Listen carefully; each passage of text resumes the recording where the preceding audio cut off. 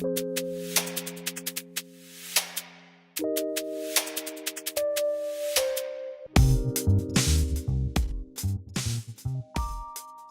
think my entrepreneurial experience actually started when I was 10, when my dad took me to the corner store and made me volunteer to get work experience with an elderly couple.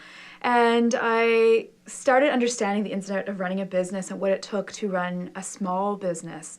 And I think that tweaked something in me that showed I had alignment of the skills required just to care for all parts of a business and to deliver customer value. Small businesses do that very well. They try to do that very well, deliver customer value. They're really invested in and who they serve because they usually serve something that comes from them, so it becomes really personal.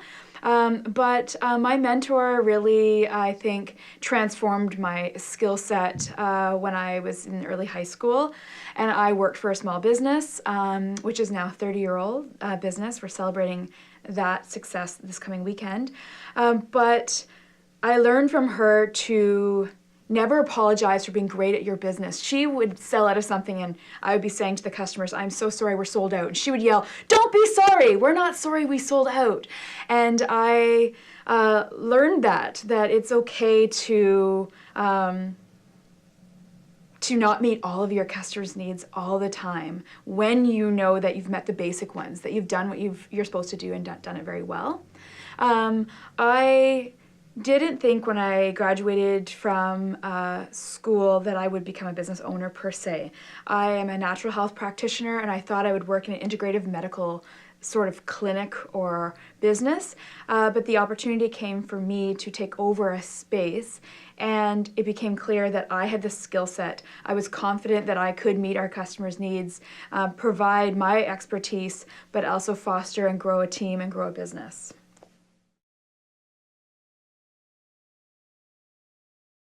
I think my father has always been a mentor for me because while I wouldn't say he was an entrepreneur, he had the entrepreneurial spirit, the kind of the boxes that are checked as far as being innovative and creative and had a high standard for excellence.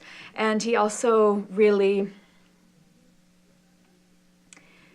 he wanted me to just go as far as I could using my capabilities. So a constant cheerleader for me and my strengths, and a certain quality of just doing things as well as I possibly could. I think that my business mentor really, I got to witness at a very impressionable age the ins and outs of running a business, how it actually happens from an operational standpoint, all the things that entrepreneurs are really privy to, the things that customers have no idea happens, or even cares or concerns. And for me, they're the great cares and concerns. And it's when you have a customer who's a guest in your restaurant, it isn't their care and concern how long it takes to make that sauce or to set that table or all the details. It's just what they see and how it collects over the evening to make the perfect experience. It's not their job to worry about how it was done or the stress that it took the kitchen to put things together. And so I really learned that from her, is to never put a burden on the customer. So we don't say, "Oh yeah, we're busy working hard." That's part of my job, is to work hard for my customers and to be happy about it and to not give it to them as something that they should be responsible for. So I think maybe to answer your question is that my father gave me the entrepreneurial skills and he fostered them, whereas my business mentor showed me this is how you run a business well. This is what it takes to be the face of a business, to stand up and to be confident and to carry that load for dealing with everything from bookkeeping and accounting to marketing and sales and HR and all the different facets of a business, where large businesses have departments and silos. People work in different departments, but when you're an entrepreneur and running a small business, you're actually dealing with all of those things all in the same moment. I'm so pleased to receive this award. I'm touched by the recognition and noticing that entrepreneurs have a really great place in this program. And I already noticed in the program that my diversified experience and skill set really meshes with other people who have more specialized focus. So the people that have just come in from a finance background or a sales and marketing background, and how I am learning so much from them, and I'm leveraging what their expertise is so that I can apply it to what I'm doing in specific areas where I need to strengthen myself so that my business can have longevity and continue to grow. I think this MBA program is helping me do that, to leverage what I know. It's also giving me confidence that I do know what I am doing, and that it's also allowing me to look back and say, these were good choices that I made in my business that have led me to success. So many people have asked me, what has made you successful in your business? And while I know I can see the big picture, it's those decisions that I've made over and over and over again. So this program's asking me to look at those decisions, to formalize them, to understand sort of the academic perspective as to why they were good or not so good decisions. And if I were to do it all over again, would I have the same outcome? And this program's helping me roadmap that. And I'm really, really impressed with what I've learned so far. I think the thing that you touched on there that is something that I always have to come to terms with is balancing excellence and balancing getting the job done. And how can those two things are opposite in some ways, right? When you are needing to do a lot of things in a short time frame, but you are needing to do them very, very well. And sometimes fast and efficient doesn't equal excellence. And so in this program, I think that I've had to, and the program has been hard on a lot of us A-types and us candidates, because we're often told it's good enough, get the job done, learn, it'll all settle, you'll digest it later, that will come. While all of us, and I know for myself, I think, I want to digest this now. I want to take it. I want the takeaways very clear. I want them written in the sand, not in the sand, but on the wall. And so, but when you get older, and I'm celebrating my business 10th anniversary this year in October 2015, and you learn that the pieces all come together, and that you do trust that I'm going to be able to apply this, and that it's going to come, and that I have to let go of some details in my business in order to meet today's need, to stay really, really present to what I need to do. And I think that that is an entrepreneur's golden ticket, is to really stay present to what you are doing. You need to have long, in our MBA program, and I think in business, we always talk so much about long range plans, right? Everything is long range. But we're finding now, and more in today's economy, is that long range is really just the unicorn we're chasing. It's where we think we're going, it's where we think we'd like to go.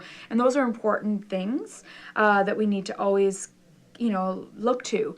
But we also need to really stay present to who we are right now and what we're doing in order to meet the real needs of our organizations. So in preparation for this MBA program, I spent 6 months doing a performance review with my business manager. And that consisted of monthly meetings where we looked at what I needed done, what I would be handing off, and what she'd be taking on. And it was checks and balances. Did I hand off too much that she couldn't meet her other responsibilities? So we did this ebb and flow for 6 months so that I could confidently say, these are now your responsibilities, so that I could step away, or knew that I wouldn't have to be involved in every aspect of the decision making for operations on a day-to-day basis. And also creating the right reports and information sharing, so that when I'm not present or I'm distracted with assignments and all the responsibilities of the program, that I knew that I had the touch points that I needed to know that my business was still moving in the right direction. I love that question. I actually get asked that question a lot from budding entrepreneurs within the city or startups. And I am in the consulting stream because I feel like I want to be able to share this. I would share this gladly to any future candidates in the MBA program or any affiliates as a gratis, as a sharing of knowledge. I think my areas of expertise have been where I didn't think they were, which were in human resources. And while we think of human resources as being payroll and managing your benefit plans and all these formal things, I feel like I think that the leadership component and retaining an inspired, cohesive team is definitely a strong point. I have over 25, nearly 30 staff members, a lot of them long-term staff members. We're celebrating our 10th anniversary, and we have staff that have been with me 8, 9 years, 10 years. And they are loyal and engaged, and not engaged in a big picture, they're engaged day to day. So I think I have an expertise there, a system, and a way to transfer that bit of knowledge over to someone else. So it's not just completely relevant to my business, it's applicable to other businesses as well. I also feel like operational things, we talked a lot in our, new candidates, you'll be engaged in lean management, and we talked about getting rid of waste, and I naturally, as a skill, love removing waste in an organization, things that do not add value to your staff or your customers. So going through and filtering out those things so that you have really, really good time management and good timelines for yourself so you can be efficient, and for your staff. I love working in that area. I think after this lean class, I'm really inspired a little bit more just to really dig into my own organization and meet a challenge that I have just to kind of refine it even more.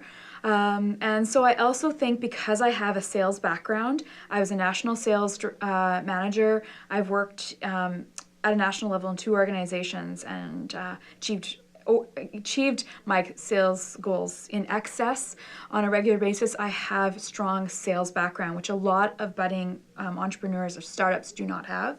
They don't have that formalized experience. They're really good at their craft. They're really good at that one thing, making that product, delivering that model. They may be someone who is a filmmaker, a photographer, or a baker, or a spirits maker. Anything that they're doing, they may not know how to reach their customer, and I feel like I have an expertise in that area that I'd be willing to share with future graduates. I want to thank you for this opportunity and for this award. I think as an entrepreneur, we do this for our customers. While in business, we always talk about our customers, being our shareholders. I think for me as an entrepreneur, my customer that I work for is always that person who's coming into my business and supporting my vision. And while they are the champions for what I do, I think that Royal Roads, recognizing my skill set, it has been really affirmative that I am in the right place, that I am trying to push my skill set and develop it. And I'm really, really grateful for this opportunity. I am. It's nice. It's wonderful acknowledgement. Thank you.